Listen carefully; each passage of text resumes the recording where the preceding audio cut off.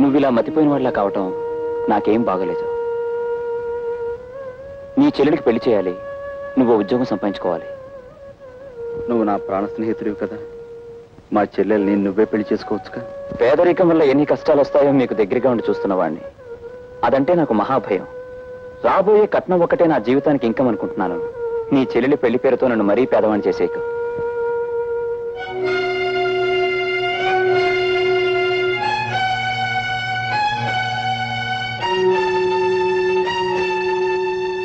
విన్నాను రాజా, అంతా విన్నాను.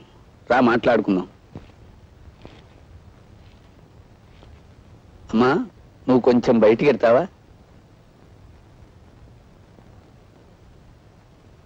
చూడు రాజా, నువ్వు నీ స్నేహితుడిని ప్రాధేయపట్టం నీ చెల్లెలు విందనుకో, ఏమంటుందో తెలుసా? నా మీద జాలిపడి ఎవరో పెళ్లి చేసుకున్నా అది నాకు క్షేమము కాదు, నీకు పరువు కాదన్నయ్యా అంటుంది.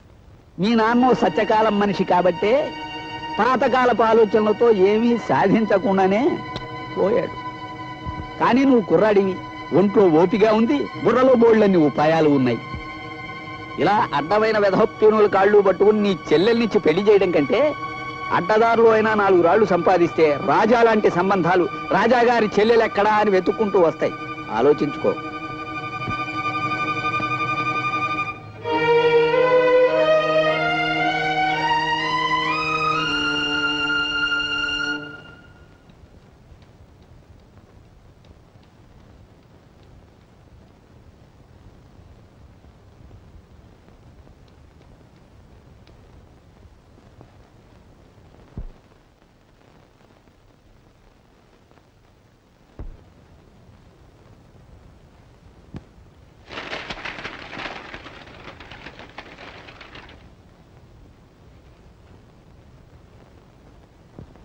తప్పకండి తప్పకండి, కొడి చెప్ప మండిపోతుంది గురు మార్కెట్ లో. మనోడు అన్ని బేరాలే గురు. ఏంటి గురి అన్ని చెత్త చెదారో రూమ్ లో కాసేపు లేకపోతే పాలిష్ ఎంత వస్తుగా.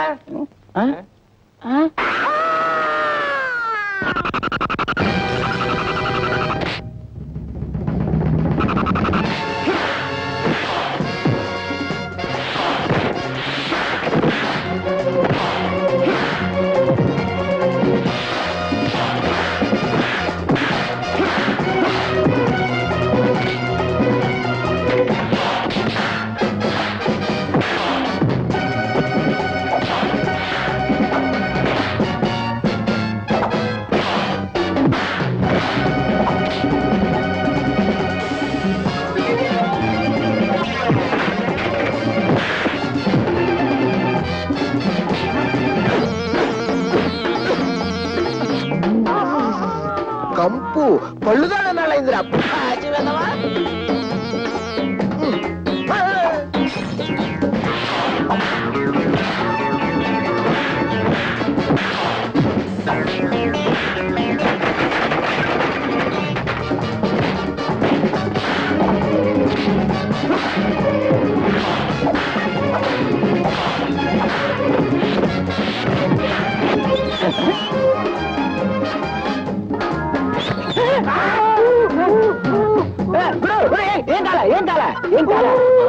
ఏం కాలేదా?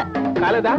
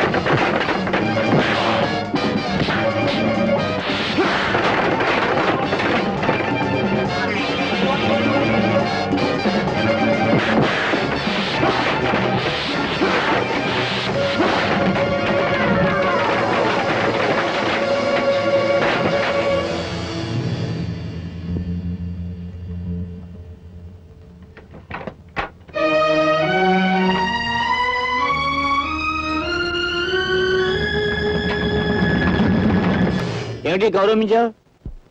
వీళ్ళని ఒకసారి చూడండి. ఏమిటి మన క్లబ్ లో క్షమించాల సంఘం పెట్టించావా? సంఘం కాదు, వల్లకాడు కాదు. నీలాంటి ఎస్ఐ ఉండి మా వాళ్ళకి గతి పెట్టిందయ్యా. ఓ మాయగాడు మా వాళ్ళందరినీ మోసం చేసి డబ్బు కాజేశాడు. పెళ్ళడిగితే వీళ్ళని చావగొట్టి మొహానికి చీట్లు అతికించాడు.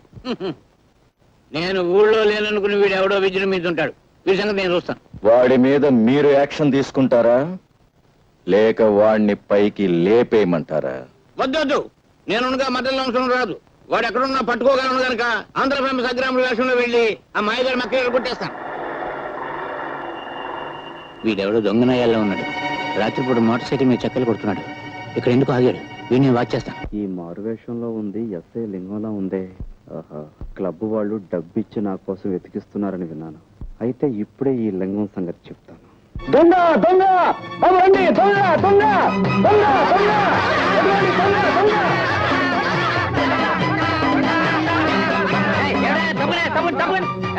ఎవరు నువ్వు దొంగ రాస్కల్? నేను సత్యబాబు. నా పేరు కూడా తెలుసుకొచ్చి నేను లింగాన్ని. మా ఇన్స్పెక్టర్ గారి పేరు తెలుసుకొచ్చా? నీ తోలు వచ్చేసి మా ఇన్స్పెక్టర్ గారికి బెల్ట్ బూట్లు కుట్టించి ఇచ్చేస్తాను. చూడు చూడు బాబు, చూడు చూడు.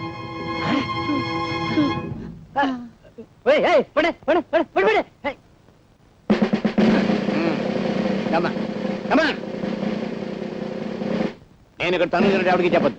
ఎవరికి చెప్పను. అసలు వీడు చూడలేదు. చూడలేదు. ఇన్స్పెక్టర్, నీలాంటి మూర్ఖుల చేతిలో పడితే నేను నా ఫ్యూచర్ ప్లాన్స్ ఏమవుతాయో నాకు తెలుసు. ఏ పరిస్థితుల్లోనూ మీ పోలీసుల వల్ల నాకు ఏ బాధ కలగకుండా మీ పోలీస్ కాలనీలోనే అవతారం ఎత్తలిచాను. చూసుకో. శ్రీమద్రమారమణ గోవిందో. ఏది నువ్వు కూడా ఒక్కసారేనమ్మా. శ్రీమద్రమారమణ గోవిందో. శభాష్. ఏది హరికథ కాదు. ఏమిటయ్యా అంటే సిరికథ. మానవుడు జీవితంలో ఏదైనా పోగొట్టుకోవచ్చు కానీ ఏ పరిస్థితుల్లోనూ పోగొట్టుకోకూడనిదే ఒక్కటి ఉన్నది. మానవుడు జీవితంలో ఏదైనా పోగొట్టుకోవచ్చు గాని ఏ పరిస్థితుల్లోనూ పోగొట్టుకోకూడనిది, ఒక్కసారి పోగొట్టుకుంటే మళ్ళీ చేతికి అందనిది, అమూల్యమైనది ఒక్కటి ఉన్నది. ఏమిటయ్యా అది? ఏమిటంటే సావధాన చిత్తులై ఆలకించండి.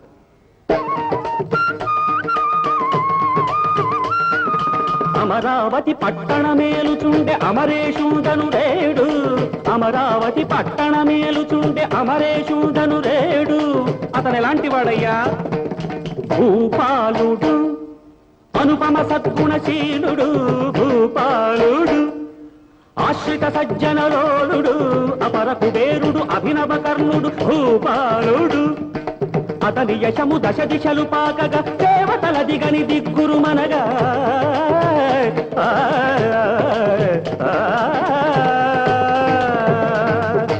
ఆ మహారాజు గొప్పతనానికి అసూయపడ్డ దేవతలు ఏం చేశారయ్యా అంటే శనిని పిలిచినారు, శనైశ్చరుని పిలిచినారు.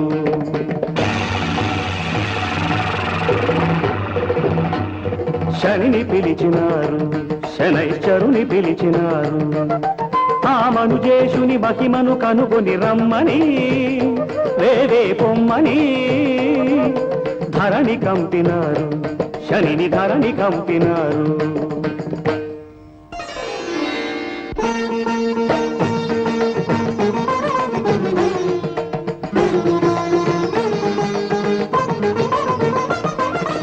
అహో భూపతి వింటిని నీ కీర్తి, అహో భూపతి వింటిని నీ కీర్తి.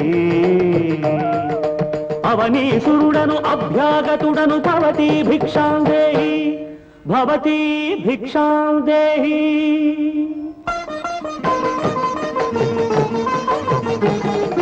బ్రాహ్మణోత్తమా అభివందనము, నీ సత్కారమున నిత్య ధర్మము. బ్రాహ్మణోత్తమా అభివందనము.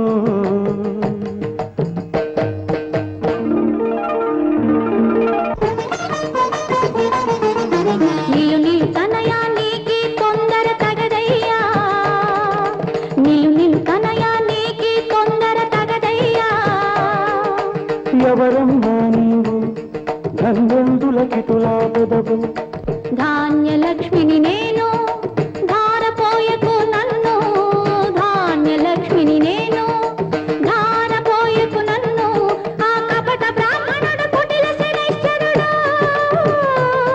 నీ కలిమిని కీర్తిని దోచ వచ్చినాడు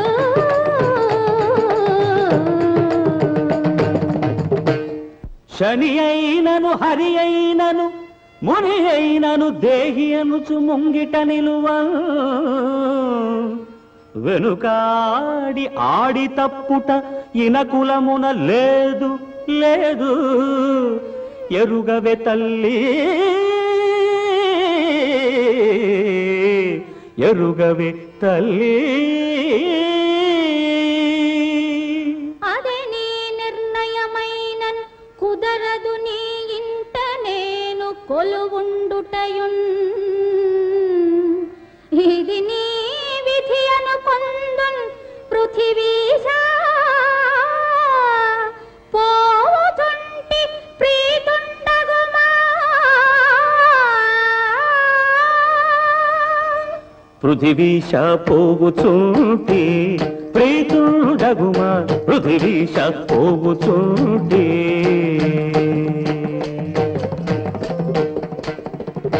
అని ధాన్యలక్ష్మి ఇలువీడి వెళ్ళిపోయినదట. అంతట శని, ఓ మహారాజా ఆశ్రిత భోజ, ఓ మహారాజా ఆశ్రిత భోజ, ధాన్యము నొసగిన చాలా ధనము నీయవలరా, పొరపాటాయను భూసురా సరగున తెచ్చెద ధనము.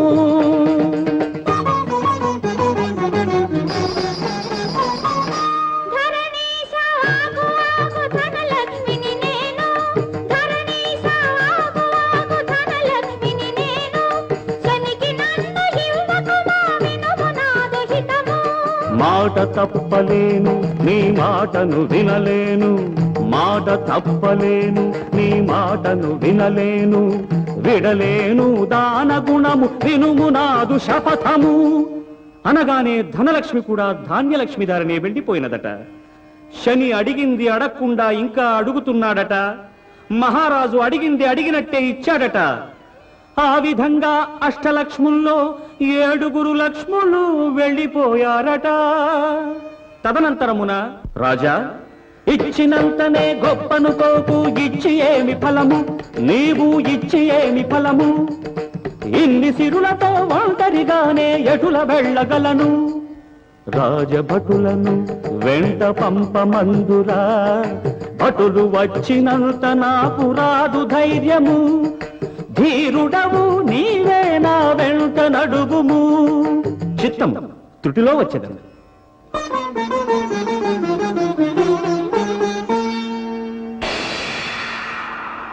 ఓయి రాజా, అన్ని లక్ష్ములను నిర్లక్ష్య పరిస్థితివి నీవు, అన్ని లక్ష్ములను నిర్లక్ష్య పరిస్థితివి నీవు, నేను మాత్రము నీకు అండగా ఎలా ఉండగలయో. ఎవరు తల్లి నీవు? ధైర్యలక్ష్మిని నేను. నమో ధైర్యలక్ష్మి, నమో ధీరలక్ష్మి, నమో వీరలక్ష్మి నమో. నీవు నా అండగా దండగా నుండ, మరే లక్ష్మి లేకున్న నాకెట్టి లోపమ్ము రాదన్న ధైర్యముతో,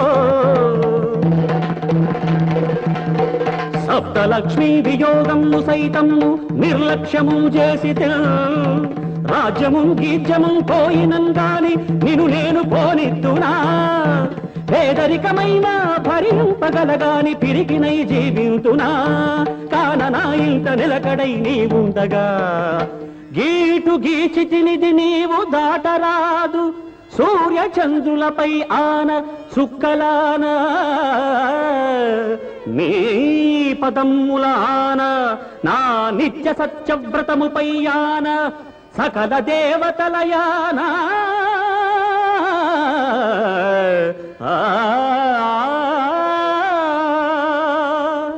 అని ధైర్యలక్ష్మినే బంధించిన రాజు ధైర్యమునకు శని గుండె జల్లుమని, ఇక తన పని చెల్లదని అదృశ్యుడైనాడట. శ్రీమద్రమారమణ గోవిందో. అటుపైన నగరు విడిచి వెళ్లిన 7 లక్ష్ములు ధైర్యలక్ష్మి లేనందున దిక్కుతోచక భయభ్రాంతులై నగరుకే వెనుదిరిగి వచ్చినారట. ఒక్క ధైర్యలక్ష్మినే కాపాడుకున్న ఆ మహారాజుకు మిగిలిన అన్ని లక్ష్ములు తమంతట తామే సమకూరిన ఈ శుభ సమయంలో శ్రీమద్రమారమణ గోవిందో.